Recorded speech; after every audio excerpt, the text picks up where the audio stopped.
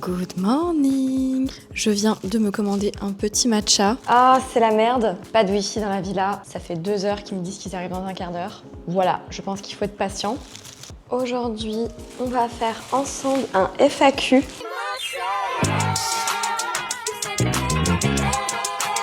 On m'avait posé quelques questions, enfin beaucoup de questions sur Instagram. Et donc j'en ai sélectionné 10. J'ai trop hâte de vous répondre à tout ça. J'ai pris un matcha de chez Poggy. C'est à Canggu, situé du côté de Péry-Rhénane. Finalement, j'ai pris une villa pour rester quelques jours supplémentaires et après, je pars sur Uluwatu. C'est ma région de mon cœur. Puis j'ai une très bonne amie qui vient d'arriver. Donc en fait, au moment où elle est arrivée, je me suis barrée. Je pense qu'elle l'a mal pris.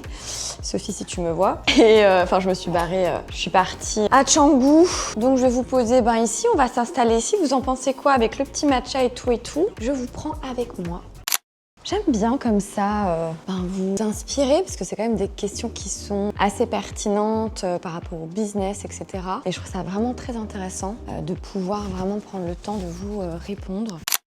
Alors, la première question que Mélissa m'a posée, c'est donne-moi 3 erreurs que tu as fait durant ton parcours. Alors, les 3 erreurs que j'ai fait durant mon parcours, il n'y a pas que 3 erreurs, bien sûr, je pense que vous en avez conscience. Surtout qu'au plus on va entreprendre, au plus on va avoir des choses à gérer et c'est très difficile de prendre du recul. Moi, je l'ai remarqué, au moment où on a vraiment plein de choses qui sont sur le feu, on a tendance parfois à prendre des mauvaises décisions. C'est pour ça aussi qu'il faut super bien s'entourer. Vraiment, l'importance de l'entourage dans le business, c'est, je dirais, 50% de ta réussite, ouais. En fait, si t'es mal entouré, tu coules. Voilà. Donc, la première erreur que je dirais, c'est de me disperser. Genre, j'ai voulu tout faire sans forcément réfléchir si c'était quelque chose sur lequel j'étais alignée. Alors, qu'on se dise bien, au moment où je me suis dispersée, ça a été positif dans un certain sens parce qu'il y a des choses que j'ai pu créer, des projets que j'ai pu aboutir et dont j'en suis fière, c'est-à-dire les instituts, c'est-à-dire l'achat de ma maison, c'est-à-dire,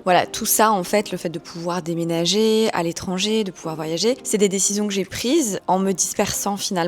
Mais c'est parce que ces changements, j'ai pris le temps d'y réfléchir, même si c'était quelques heures, parce qu'en tant qu'entrepreneur, la plupart du temps, les décisions doivent être prises rapidement, et si elles sont pas prises rapidement, si le choix n'est pas fait rapidement, ça veut dire qu'en fait, c'était pas pour toi.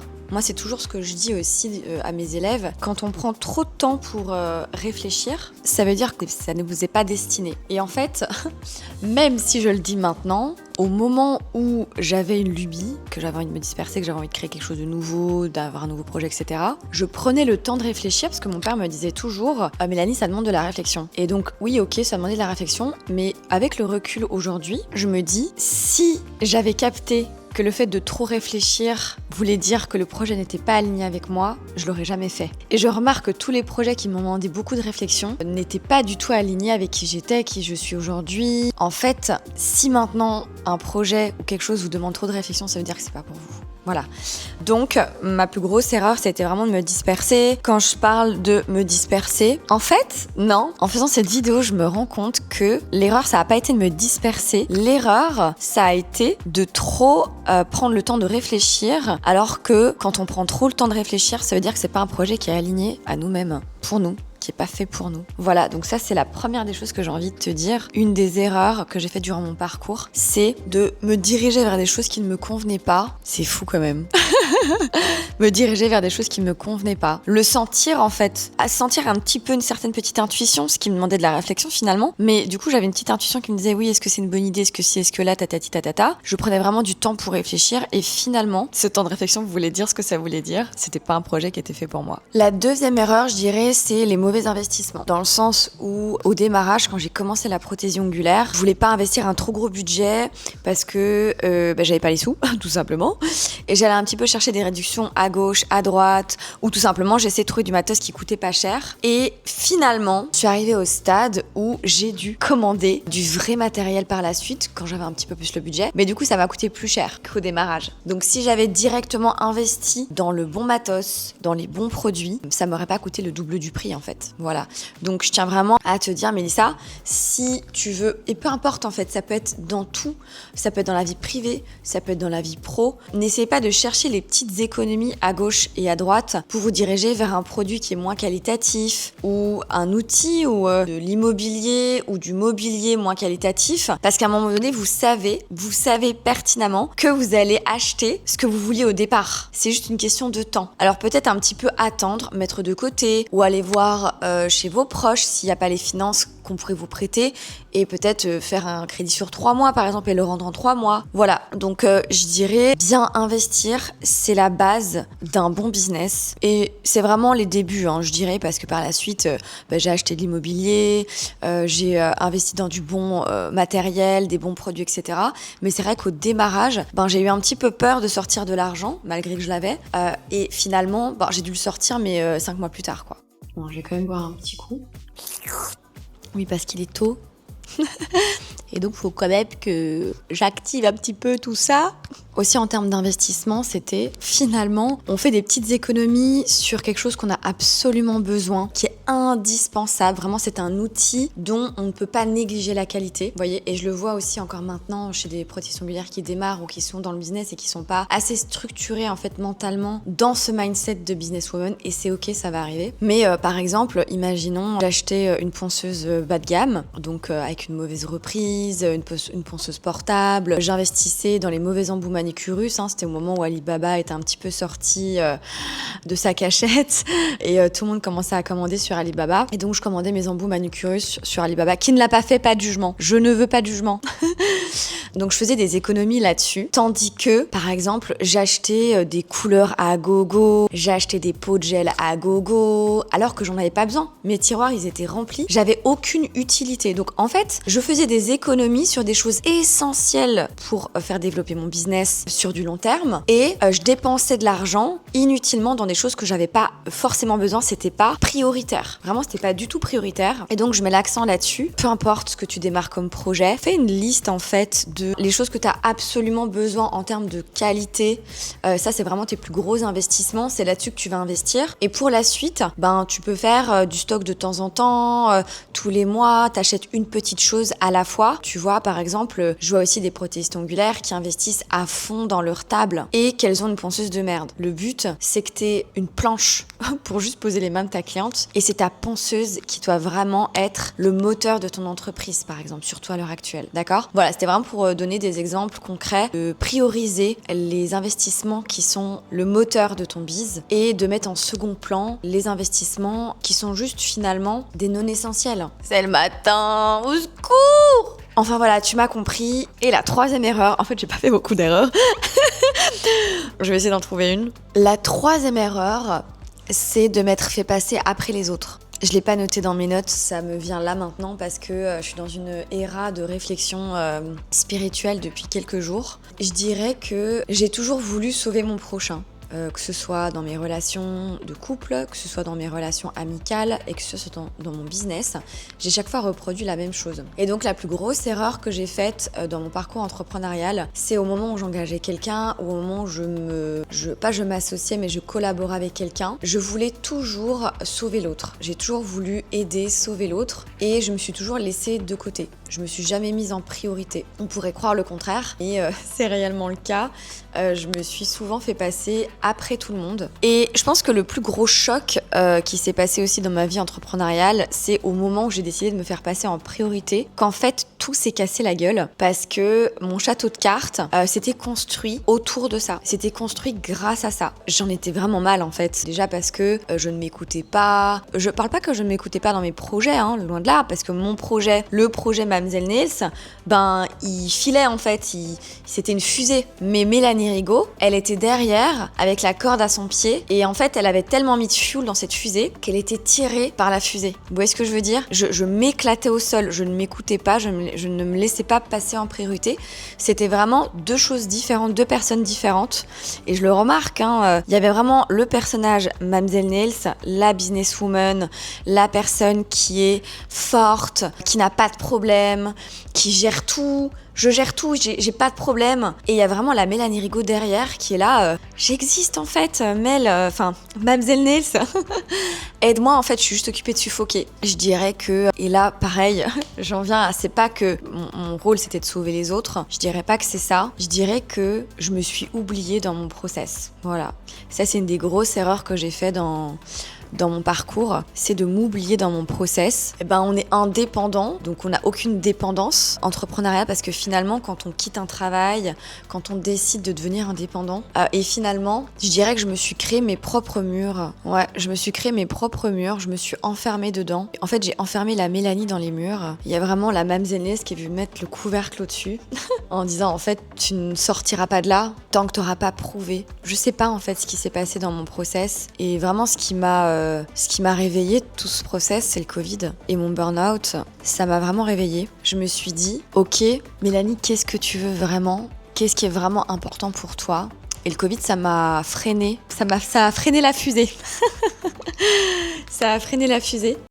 Ici, on a Sarina qui dit « As-tu des conseils à me donner pour démarrer en onglerie ?» Oui, Sarina, j'en ai plein. J'en ai plein.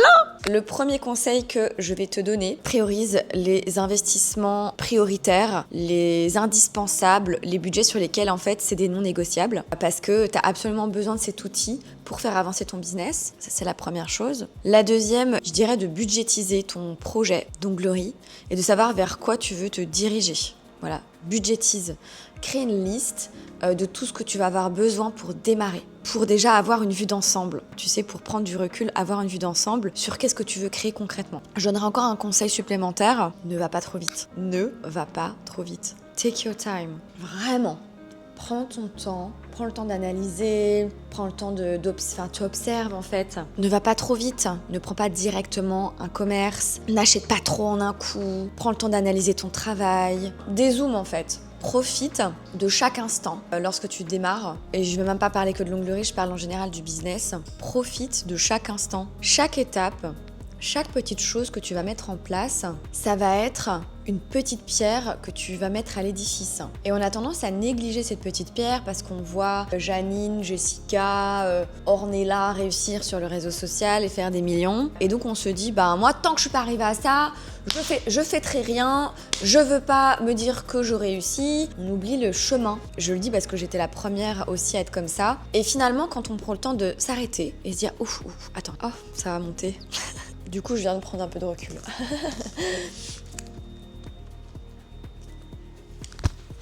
Émotive, je crois. Des excuses là. T'as le droit de pleurer, Mel. Je sais plus ce que j'ai dit avec tout ça, mais en fait, c'est magique de créer quelque chose parce qu'on félicite les mamans de créer la vie, mais en fait, quand on crée un business, on crée aussi une vie. On crée une nouvelle personne, en fait. Vous créez une deuxième vous. Et j'ai envie de vous dire, c'est un chemin de vie qu'on choisit qui n'est pas évident. Et on a tendance en fait à ne jamais prendre de recul et à vouloir foncer vers nos objectifs. Et donc, le conseil que j'ai envie de te donner, que ce soit dans l'onglerie, dans le business en général, prends du recul. Fais 3, 4, 5 pas en arrière. Ça va revenir, putain. Et dis-toi, ok, qu'est-ce que j'ai fait ? Qu'est-ce que j'ai construit ? Qu'est-ce que j'ai fait hier ? Qu'est-ce que j'ai fait il y a une semaine ? Qu'est-ce que j'ai accompli ? La moindre petite chose finalement, qu'est-ce que j'ai accompli ? De quoi je suis fière aujourd'hui ? Ça, c'est un conseil que j'ai à te donner dans le business, que tu deviennes prothésiste ongulaire ou peu importe, parce que on appelle ça le mindset. C'est un mot de merde en 2026, parce que les gens se disent faut que je sois positive, faut que je dégomme le game, faut que ci, faut que là, alors que le mindset, c'est pas uniquement ça. Le mindset, c'est ce qui se passe dans ta tête, c'est une façon de penser, que ce soit positif ou négatif. Et tu as le droit aussi d'analyser certaines choses en disant j'aurais plutôt fait ça comme ça et je prendrais ça comme leçon pour la prochaine fois. Parce que ce que j'ai fait là, ça ne me convient pas. Tu vois ce que je veux dire ? Et donc, je reviens rapidement à mes moutons. Prendre du recul, vérifier si on se sent bien où on est, voire poser sur une feuille tout ce qu'on a fait, parce que notre cerveau, il l'oublie. Et quand on se rend compte de ça, on se dit mais waouh ! J'ai eu 8 nouvelles clientes en un mois. Alors, on pourrait dire, comme je disais, les nénettes qui réussissent sur Instagram, qui ont je sais pas combien de trucs, machin. Bref, qu'elles sont full et qu'elles roulent en Porsche et qu'elles ont 4 villas, une à Bali, une à Dubaï, une en France, une je sais pas où. Mais ça, c'est elle, ok ? Et le fait de vous comparer aussi, ça vous frustre et ça vous diminue. Moi, je vous invite vraiment à juste regarder vous, votre parcours, là, où vous en êtes. Qu'est-ce que vous avez fait hier de bien ? Qu'est-ce que vous avez fait hier de beau ? Qu'est-ce que vous avez fait hier de mieux qu'avant-hier ? C'est ça, en fait, le plus intéressant et le plus important pour votre développement. Votre développement, le développement de votre activité. Parce que comme je vous ai dit, quand vous construisez un business, vous développez, vous créez une deuxième vous. Vous avez une deuxième vie à gérer. Vous avez une double vie. Vous avez votre vous personnel et vous avez la personne qui gère le business. C'est 2 personnes différentes. Ok ? Et donc, vous devez déjà vous féliciter de ça. C'est magnifique en fait. C'est magnifique. Et c'est challengeant. C'est très challengeant de se poser à table tous les matins ou toutes les après-midi et de prendre 10 minutes, telle une psychopathe, pour se dire « Ok, je suis fière de quelque chose que j'ai fait hier. J'ai pris le temps de tourner une vidéo YouTube. J'ai accepté mon émotion. J'ai accepté mon émotion. » Ça, c'est une magnifique chose. On peut se le dire, parce que par exemple, imaginons, tu rates une cliente et tu refuses en fait d'accepter l'émotion de tristesse. Ça va être pire. Parce qu'en fait, au moment où tu auras une nouvelle cliente, enfin une autre cliente le lendemain ou le surlendemain, tu vas en fait avoir la businesswoman qui est derrière toi et qui va zoomer tout ce que tu es occupé de faire et qui va te juger et qui va te dire « Écoute, Mélanie, t'as foiré une pause hier. Maintenant, il faut que tu la réussisses. » Vous connaissez la pression du professeur derrière vous. Vous connaissez la pression du parent quand il vérifie vos devoirs. Vous savez ce que c'est, vous perdez vos moyens. Le fait en fait de faire ça va vous faire perdre. En fait, c'est vous allez vous faire perdre vos moyens. Donc, je vous invite vraiment à être la plus douce possible avec vous et à fêter chaque petite chose de la vie chaque jour. Des conneries. On vous a pas demandé d'acheter un gloss Dior et de vous dire de vous féliciter d'avoir fait ça. Non, c'est prendre soin de vous. J'ai pris 5 minutes pour marcher aujourd'hui. Waouh, parfait. Je remercie l'univers de m'avoir fait rencontrer telle ou telle cliente. Donc là, c'est vraiment mes conseils pour démarrer. Avoir un bon mindset, ne pas aller trop vite et correctement investir. Et puis la dernière chose, c'est de te former avec Nail Boost. Je pense que je vais pas m'éterniser sur le sujet. Si tu veux candidater pour devenir protéiste ongulaire à succès, devenir la référence de ta région, remplir ton agenda de cliente, devenir visible sur le réseau social, je t'invite à cliquer sous le lien sous cette vidéo pour candidater. La petite pub est terminée, je passe à la question suivante. On voit que tu as un mental d'acier. Comment as-tu su développer autant de choses en si peu de temps ? Je pense que tu as ta réponse dans la question précédente. En fait, c'est simple. J'avais un plan A et il n'y avait pas d'autre plan en fait. C'était je réussis ou je réussis. C'était ma raison de vivre. Je voulais y arriver. Je voulais devenir... Et je suis devenue la référence en prothésie ongulaire. Je voulais montrer que la femme est capable d'entreprendre. Je voulais montrer que j'étais capable de gagner mes propres sous et que je devais dépendre de personne et encore moins d'un homme. Je voulais ma liberté financière, ma liberté géographique est venue par la suite, mais j'avais vraiment un plan et c'était ce plan-là et rien d'autre. Donc c'était ouvrir des instituts, créer une communauté, une équipe, devenir formatrice. J'ai vraiment pris ma place et j'en suis super fière. Vraiment, j'en suis super fière. Quand tu parles de mental d'acier, ce qui m'a vraiment permis de tenir, c'est le fait que j'aime énormément et au plus profond de moi mon travail. Je suis quelqu'un qui est rempli d'empathie, de bienveillance et d'envie de toujours aider mon prochain. Ça fait partie de moi. Les gens que j'aime, c'est des gens que j'aime chérir, c'est des gens que j'aime voir les étoiles dans leurs yeux. Et donc, je cherche aussi peut-être la même sensation. J'ai cherché la même sensation avec mes employés, mes équipes. J'ai cherché la même sensation avec mes élèves, avec mes coachs, avec mes formatrices que j'ai formées, etc. Et donc, je dirais que pour avoir un mental d'acier, je dirais pas que j'ai un mental d'acier, parce que j'ai beaucoup pleuré, je suis quelqu'un d'hypersensible.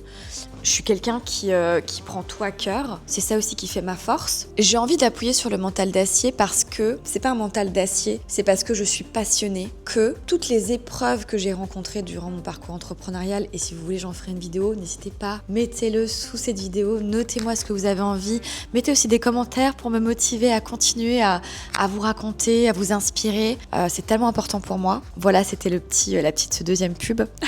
Je pense qu'à partir du moment où on aime réellement ce qu'on fait, c'est fluide. J'ai décidé de changer de petit coin pour terminer avec on voit que tu as un mental d'acier, comment as-tu su développer autant de choses en si peu de temps. Je dirais surtout que quand on a un plan et qu'on est passionné par ce qu'on fait, il n'y a pas besoin d'un mental d'acier, tout vient tout seul, et même s'il y a des choses qu'on rencontre sur notre chemin qui sont difficiles à accepter, qu'on a des échecs, etc. Vu qu'on est passionné par ce qu'on fait, en fait, on se relève très très vite. Voilà. Je me suis dit que ça pouvait être sympa vraiment de visiter tous les recoins de la villa avec vous.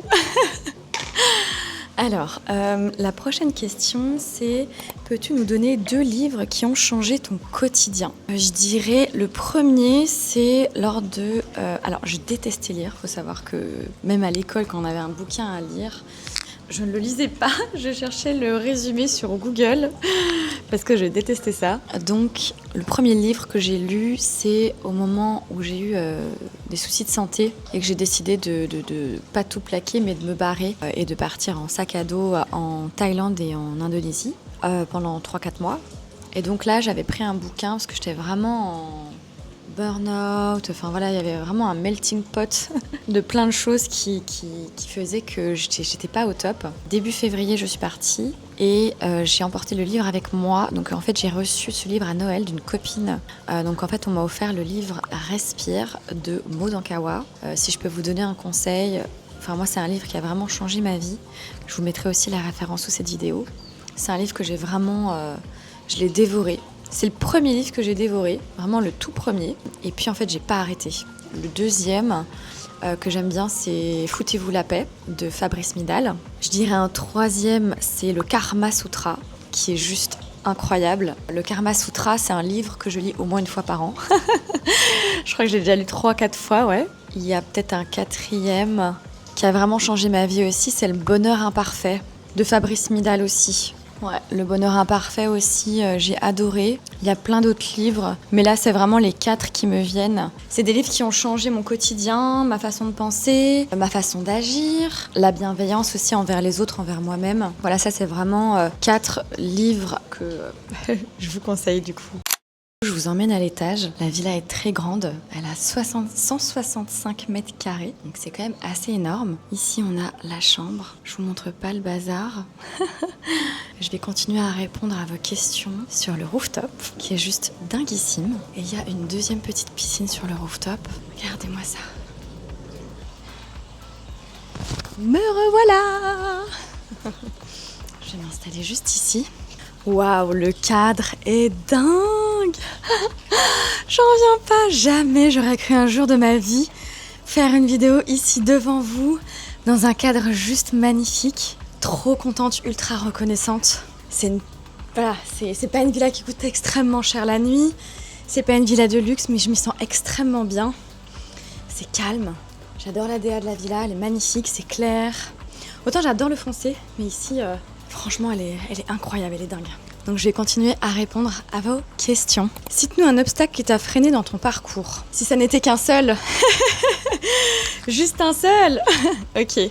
Le Covid. Le Covid m'a déclassée au plus haut point. Il a été, maintenant à l'heure actuelle, je dirais qu'il a vraiment été une vraie révélation. Parce que grâce à ça, ça m'a permis de faire bifurquer mon business sur une autre sphère en fait. Je suis arrivée carrément sur une autre sphère. Mais au démarrage, au moment où le Covid est arrivé, on est voulu au monde entier. On m'a brisée en fait. J'ai été trahie par mes employés, par des personnes que je pensais des amis. Et en fait, c'est à ce moment-là que j'ai pilé sur les freins, quoi. Genre, j'ai fait OK, on arrête tout. On arrête tout. Je ne veux plus. Je veux que ça s'arrête. J'avais été chez mon comptable, qui n'est pas ma comptable à l'heure actuelle. Hein. J'avais été chez mon comptable et il m'a même dit OK, on ferme tout. J'étais là, ok, j'ai dit que j'étais en pleurs chez mon comptable, c'était en plein Covid, on avait nos masques et tout. Et en fait, je me dirigeais vraiment vers la faillite parce que je venais d'investir dans mes biens, j'avais mis toutes mes économies, j'avais signé un deuxième J'avais signé un fucking deuxième bien juste au moment où j'ai terminé le bien, le premier que j'ai acheté.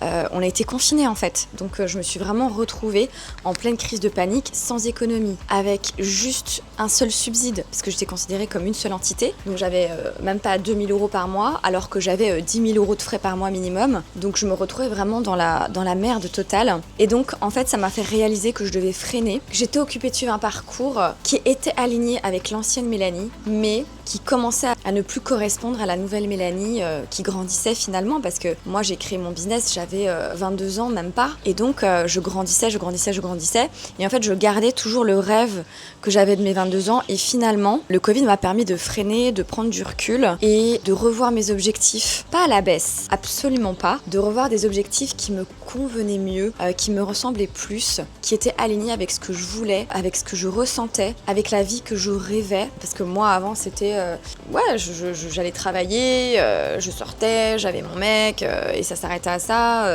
et voilà. Et puis, au fur et à mesure que j'ai grandi, etc., j'aspirais à d'autres choses, mais je les reniais parce que j'avais eu comme projet au démarrage du processus que je devais ouvrir 5, 6, 7, 10 instituts et devenir la leaduse. Et donc le Covid, ça m'a vraiment mis une grosse claque dans la gueule, et ça m'a fait réaliser que j'étais plus au bon endroit. Voilà. Et heureusement d'ailleurs, ça m'a permis de revoir vraiment toute ma stratégie, ça m'a permis de revoir tout ce que j'avais mis en place, et ça m'a permis de revoir tout ce que je voulais mettre en place, tout ce que je voulais supprimer. Parce qu'on peut dire ce qu'on veut, c'est très facile de construire, mais c'est très difficile de déconstruire. Quand on fait des pas en arrière, très très compliqué, que ce soit financièrement, que ce soit mentalement. Donc ça a été une des épreuves qui m'a le plus freinée, qui m'a aussi fait prendre conscience que j'avais fait des trucs de fou, je m'en rendais pas compte. Et ça m'a fait prendre conscience aussi que c'est ok de faire des pas en arrière, c'est ok de revoir les choses un petit peu plus petites, c'est ok de prendre le temps de se réaligner, parce qu'en fait on n'a qu'une vie, et cette vie-là, on doit la vivre pour nous. Voilà. Donc pour revenir vraiment sur ta question, c'est vraiment le Covid qui m'a freinée dans mon parcours. Alors, je ne te vois jamais accompagnée, c'est quoi ton style masculin? Excellent! On se met dans quelle pièce pour raconter ça? Je me suis installée tranquillement sur les poufs. Alors de base, très très discrète au niveau de mes relations. Et je n'en parle que très rarement, mais je vois que ça vous intéresse. J'adore! Alors, j'ai pas forcément de style, voilà, c'est raté. Je suis quelqu'un qui fonctionne beaucoup avec le cerveau. J'ai besoin d'être stimulée, d'avoir quelqu'un qui a beaucoup de choses à me raconter. J'ai besoin de quelqu'un de drôle. Pour moi, rigoler, ça fait partie du quotidien, j'adore ça. J'ai besoin de quelqu'un qui me raconte des blagues de merde, qui rigole de mes blagues aussi, qui soit bon public. Voilà, en soi, j'ai toujours été attirée par les beaux bruns barbus. Après, voilà, ça fait partie. Je suis un petit peu gênée d'en parler, mais je me suis dit que je trouvais ça drôle de faire un petit peu des petits trucs un petit peu plus piquants, un petit peu plus intimes. Et vous êtes curieuse, je le sais. Quoi d'autre? Oui, de la prestance, du charisme. Faut absolument qu'il soit sportif. Pour moi, c'est important parce que je suis sportive de base. Et donc, il faut qu'il soit absolument sportif. Et voilà, qu'il ait la même vie que moi en soi, qu'on puisse voyager, que je puisse avoir ma liberté, etc. Mais au niveau du style bien particulier, oui, qu'il soit un petit peu plus grand que moi, quand même, parce que je fais 1m60. Donc, j'ai quand même avoir de me sentir un petit peu protégée aussi. Même si je suis forte, c'est que si et que là. J'aime bien sentir que j'ai une vraie présence masculine, et que pour moi la présence masculine c'est aussi avoir quelqu'un d'un petit peu plus grand, plus protecteur, que je me sens protégée, quoi. Voilà, c'est vraiment ça. Après ça, c'est moi et moi-même, hein. Vous me demandez quel est mon style, je vous réponds. Voilà, vous pouvez envoyer votre candidature. Non, je déconne. Voilà, j'en ai terminé pour cette question, on passe à une autre. Je vais me mettre ici. Vous en pensez quoi? Comment tu gères ta motivation? La motivation ne vient pas comme ça. En fait, moi je suis quelqu'un d'hypersensible, donc toutes les choses en fait m'émeuvent, me font rire, me stimulent, etc. Donc je suis très facilement distraite, je sors très facilement du cadre.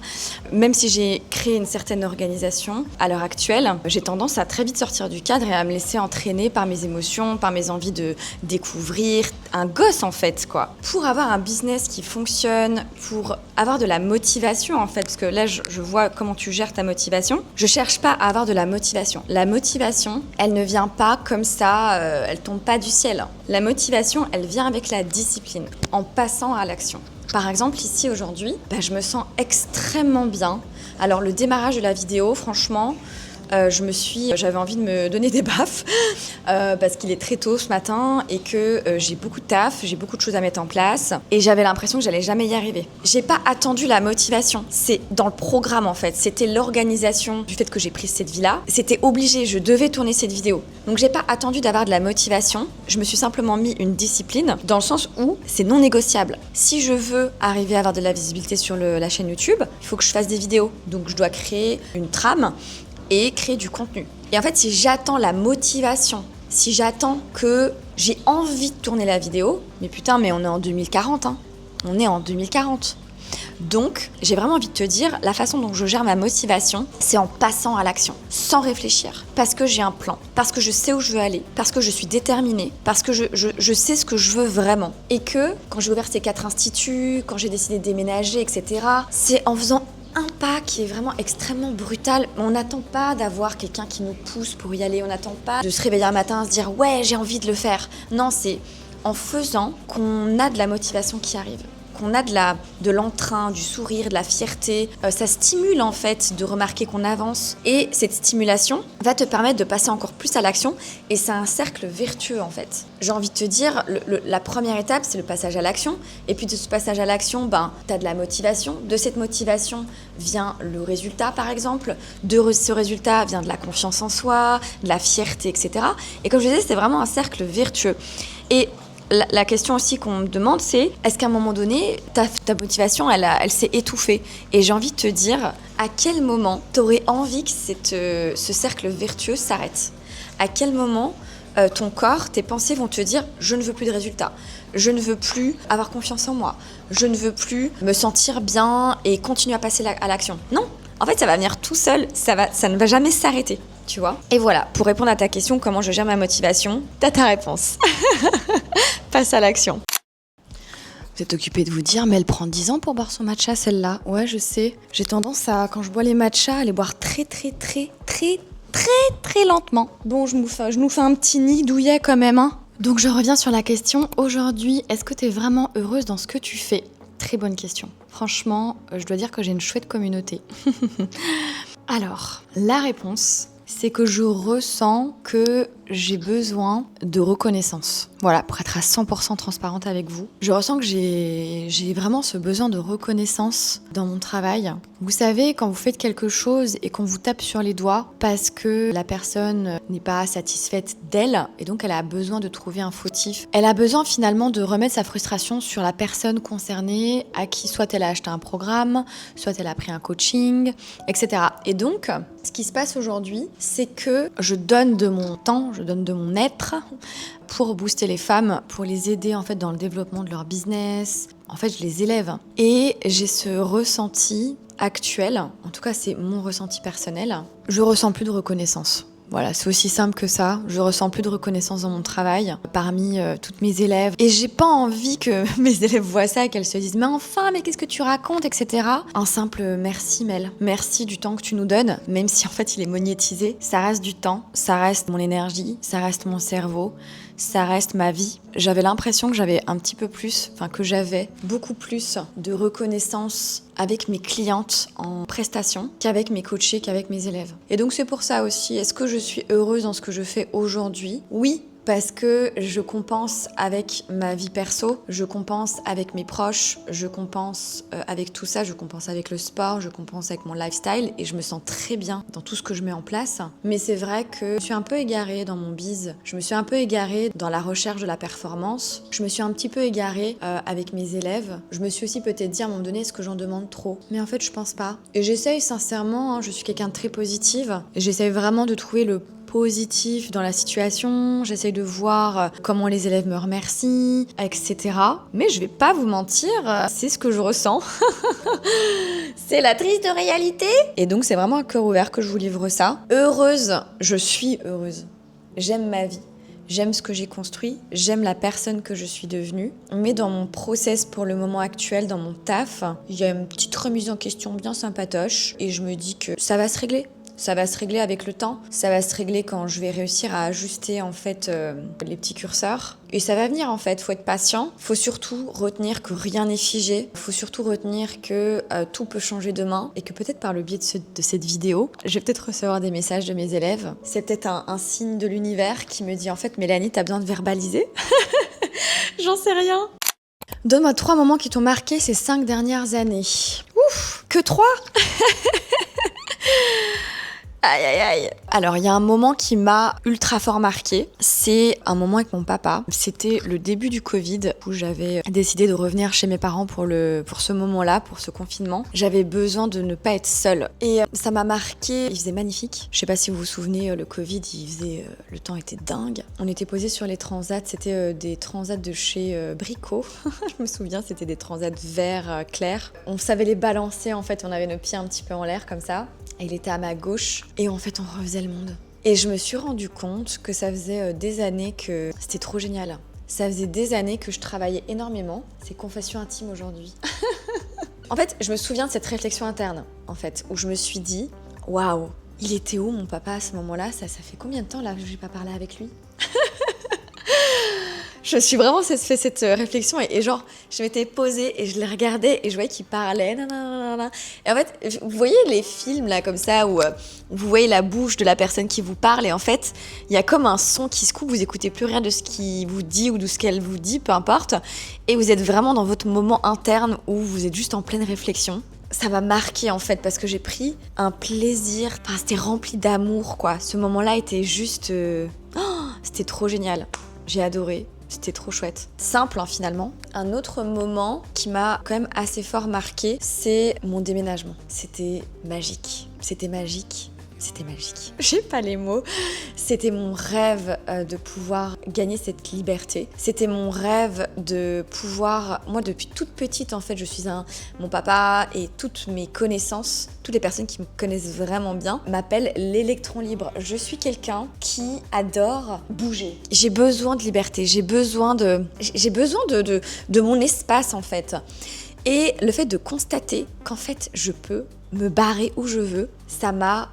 Waouh. Le moment précis, c'était dans l'avion, parce que premièrement, j'ai pris un vol pour Bali. Donc c'était, vous savez, moi je suis restée à Bali pendant presque 1 an. Et puis après, je suis revenue en Belgique pour 9 mois pour l'Institut. Et après, je suis repartie, là je suis partie habiter à Dubaï. La première fois, c'était pour partir habiter à Bali. Et en fait, dans l'avion, je réalisais pas. C'est vraiment au moment où je suis arrivée à l'aéroport avec toutes mes valises. Je me suis dit, ah ouais, c'est là que ça se joue là. C'est maintenant en fait.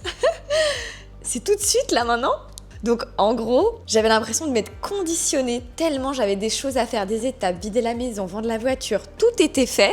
Et là, j'étais là posée à l'aéroport, habillée en jogging, avec 4-5 valises. C'est le moment tant attendu. Let's go. C'était incroyable. La sensation était dinguissime. Le dernier moment, c'est le fait d'avoir vendu mon établissement. Vous savez pas l'amour que j'ai mis dedans. Je pense que personne ne le sait. Mais c'est un moment aussi ultra positif finalement. Moi j'ai envie de dire, peu importe les choses qui se passent dans vos vies, il faut toujours le voir de façon positive. Rien n'arrive par hasard. Tout est là pour vous donner des leçons positives, pour vous aider à avancer, faire un step supplémentaire. Enfin voilà, c'est ça qui est beau en fait dans la vie. Non, je n'ai pas pris de drogue. Je vous dis juste simplement que c'est tellement plus sympa de prendre la vie du bon côté finalement. Personne vous y oblige, hein. Mais pourquoi vivre une vie de merde ? Pourquoi avoir des pensées de merde ? Vous pouvez choisir. Autant choisir le côté positif, autant choisir la lumière. Donc ça a été de vendre mon établissement. J'en ai énormément pleuré. Je pense que j'ai pas encore fait mon deuil de ça. Parce que j'ai toujours dans mon cerveau le fait de faut que je rentre pour l'Institut. Je l'ai toujours pas supprimé ce truc dans l'ordinateur. Il est toujours pas parti. Je n'ai pas encore réussi à le faire sortir du système. Donc ouais, parfois je me dis ah faut que je rentre en fait non, ah merde non, il y a plus d'institut. Oh putain. Ah là là, ça a été très choquant de fermer mon établissement Parce qu'encore une fois, j'ai dû vendre les tables, j'ai tout fait toute seule. J'ai vendu les tables, j'ai vidé tout le commerce de fond en comble. J'ai 2 personnes de ma communauté qui sont venues m'aider, des amours, 2 femmes. Elles sont venues m'aider pendant 3-4 heures. Tout ça pour vous dire que ça a été un des moments les plus marquants de ces 5 dernières années. Le fait de donner les clés, le fait de vendre, de signer les papiers et de me rendre compte en fait que je n'aurais plus. Alors j'ai toujours de l'immobilier en Belgique, c'est pas ça, donc j'ai toujours ma maison, etc. Et je sais que du jour au lendemain, je peux revenir et poser mes valises. C'est pas ça le truc. C'est le fait que j'ai fermé un livre. J'ai fermé un fucking livre. Et il faut des couilles pour ça, punaise. Comme je le disais dans une de mes vidéos, j'ai remarqué que j'étais plus du tout alignée, que ça ne me drivait plus, que ça ne me procurait plus de plaisir. Et là, vous allez me dire, oui, mais du coup, pour le moment, t'es pas heureuse, ben, j'ai le droit de me chercher, j'ai le droit d'évoluer, j'ai le droit, en fait, de m'écouter. Et c'est un réel plaisir de découvrir ça dans la vie, de chercher un petit peu qui on est, parce qu'on évolue, on grandit, on prend de l'âge, on a des désirs, des envies différentes, des rêves différents à chaque fois qu'on se réveille le matin. On a le choix, en fait, de poursuivre ses rêves, ou on a le choix de rester où on est là aujourd'hui. Et c'est très bien aussi, il y en a qui sont OK avec ça, et tant mieux. Mais donc moi, ça a été un des événements qui a le plus marqué ma life parce que, comme je le disais, ça a été la fermeture d'un bouquin, l'acceptation, le deuil que je n'ai pas encore fait. Et ça a été le début d'une nouvelle histoire. Ça a été le début de l'histoire de Mélanie Rigaud, pas de Mamzelle Nails, même si je porte toujours ce nom-là. Ça a été vraiment la fermeture de ce bouquin pour dire ok, j'ouvre un nouveau bouquin, mais ce bouquin, cette fois-ci, c'est le mien. C'est pour moi que je le fais, pas pour les autres. Et je suis trop en gratitude de m'être offert ce moment. Comment tu procéderais pour une augmentation tarifaire ? Ça, c'est vraiment axé à fond de balle sur l'onglerie et le business d'onglerie. Alors, comment je procéderais ? Première chose, ça serait de changer la DA et d'avoir la DA la plus luxueuse possible pour vraiment avoir ce profil du haut de gamme. Ça, c'est la première des choses que je vais faire. La deuxième, donc dès que j'ai modifié le lieu, je modifie l'Instagram. Donc je pars vraiment sur un contenu esthétique. Je pars vraiment aussi sur French, baby boomer, base laiteuse, quelque chose de très esthétique, très simple, mais aussi très axé sur la technique de la manucurus. Donc beaucoup de contenu avec des zooms, des macros, et je mets vraiment en avant les gants, tout ça. Tu vois, je mets à fond de balle ma vision de la manucurus, la macro-manicurus, donc quelque chose de très très axé précision, d'accord ? Dès que j'ai créé une bonne cinquantaine de contenus sur mon compte Instagram, que ce soit des carousels, des photos, des vidéos, tout est ok. Dès que j'ai créé donc les 50 contenus, là je mets ma priorité sur les reviews. Donc il faut qu'il y ait un maximum de reviews, que ce soit des vidéos de mes clientes qui me remercient, que ce soit des photos d'avis Google, de messages, de voice. Je suis à la chasse des avis. Donc en fait, si tu veux, je fais grimper la valeur perçue de mes services et de mon entreprise. Je sais que t'as cru que j'allais te dire « Tu commences par augmenter de 2,50€ et dans 3 mois, tu augmentes de 3€. » Non, on n'est pas dans la cour de récré. Dès que j'ai terminé de faire mon taf sur la chasse aux reviews, donc là t'as vraiment la DA qui a changé, la valeur perçue, la réputation. Je pars sur une recherche de modèles. Une recherche de modèles. D'ailleurs, si tu veux la stratégie pour remplir ton agenda, pareil, réserve ton call de candidature. Donc là, je recherche des modèles pour déjà créer un flux de nouvelles personnes. Bien sûr, je ne prends pas mes modèles, donc je prends pas mes clientes en tant que modèle, ça ne sert strictement à rien, donc je t'invite vraiment à trouver des nouvelles personnes. Et dès que ça s'est fait, donc là on va dire qu'il y a plus ou moins 2 mois et demi qui sont passés, grosso modo, si pas 3 mois, ça dépend à la vitesse à laquelle tu exécutes les actions. Là je passe à une augmentation de 10€, peu importe la période. Je sais que je dis à mes élèves qu'il y a des périodes bien spécifiques, mais là, on est tellement rentré dans le vif du sujet, tout est fait en fait pour accueillir cette augmentation. Donc là, j'augmente directement de 10€. Peu importe le tarif initial sur lequel tu es. Dès que ça s'est fait, je crée une nouvelle atmosphère aussi, tu vois. Donc après cette augmentation, là, je rajoute un truc supplémentaire dans la prestation, c'est-à-dire des nouveaux objets de tea room. Donc en gros, petite tasse personnalisée avec le logo, le petit plateau esthétique avec le petit spéculoos, le petit truc, le machin, le thé ou le café, ou le coca ou le petit jus. J'ai investi dans un petit frigo à 70 balles. Voilà, j'ai des petites boissons et tout. Si maintenant t'as pas de place dans ta petite pièce, bien entendu, tu mets ça dans ton frigo, dans ta cuisine et tu vas chercher ça, tu demandes à la cliente ce qu'elle veut. Et donc là, augmentation aussi de la valeur perçue. Et dès que ça c'est fait, j'attends encore, je pense, 2 mois. Je mets en avant la stérilisation, je mets en avant le fait qu'elle peut prendre des rendez-vous plus tard. J'essaie vraiment d'élargir mes horaires, ok? Vraiment, je lâche prise sur les horaires, c'est pas grave, je sème pour récolter après. Et après ça, eh bien, j'augmente encore de 10 €. Peu importe la période, ça va permettre aussi de faire un tri et je continue toujours à chercher des modèles et des personnes à qui je peux faire des ongles. Voilà. Donc là, en quelques mois, juste avec cette vidéo, tu as augmenté tes tarifs de 20 €. Oui, c'est possible. Faut juste en donner les moyens et avoir les bonnes stratégies. Bien sûr, c'est des choses qu'il faut tout se réfléchir. Rien ne se fait au hasard. Voilà, vidéo terminée. Si vous avez encore des questions à poser, bien entendu, je vais vous mettre une seconde boîte à questions sur le compte Instagram. Donc je vous invite aussi à vous abonner. Si vous venez de YouTube et que vous n'êtes pas encore abonné à mon compte Instagram, je vous invite à cliquer sur le lien sous cette vidéo. Ça m'a fait énormément plaisir de répondre à toutes vos questions. J'espère que j'ai pu vous inspirer, j'espère que j'ai pu vous aider. Vous étiez peut-être en réflexion sur quelque chose ou j'en sais rien. Après ce long monologue, s'il vous plaît, mettez un petit commentaire sous cette vidéo pour permettre à la vidéo d'être propulsée sur la chaîne YouTube, pour permettre aux nouvelles abonnés de débarquer. Bref, voilà quoi, pour nous donner de la visibilité parce que j'ai vraiment envie de faire grimper cette chaîne YouTube. Et en fait là, je passe à l'action, même s'il n'y a pas beaucoup de vues, même s'il n'y a pas beaucoup de likes, je continue, je persévère parce que je n'attends pas de la motivation. J'ai un plan A, je respecte le plan A. Du coup, je vous fais de gros bisous et on se dit à très vite dans une prochaine vidéo YouTube. Bisous!